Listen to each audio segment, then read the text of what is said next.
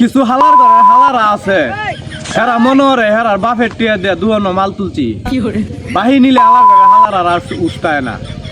500 টাকা লয়ে বাজারও সদয়ের বাজা মাছ কিনে তৈ তরহারি কিনে, পরে বল লাগিয়া ক্রিম কিনার টিয়া বাই ভরে, পরে দুয়ানো গিয়ে হারি একটা ক্রিম কিনবো, ক্রিম কিনে হারিয়ে কবো ভাই সদাই কিনে তো টিহা শেষ হয়ে গেছে, তা কালকে তোমার এই টিহাটা দিতাছি।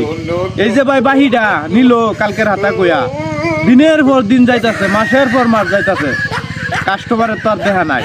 যদিও চলে বলে কৌশলে কোনোদিন দেখা সাক্ষাৎ হইয়া যা, টিহা চাইলে ভাই তার অভাবের শেষ নাই।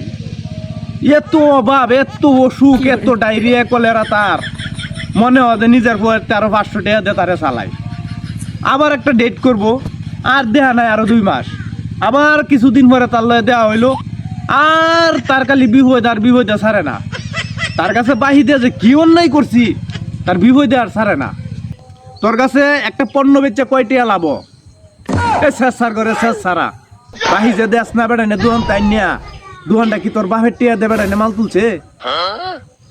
সরম সারা বেলার যাবে শর্মার জাত, মনে হয় যে তোর বাপ লাগে না তোর বোনের জামাই লাগি, আমরা তেনটা বাহি আনস, বাহি আনি আমরা টিয়া বিরোধ।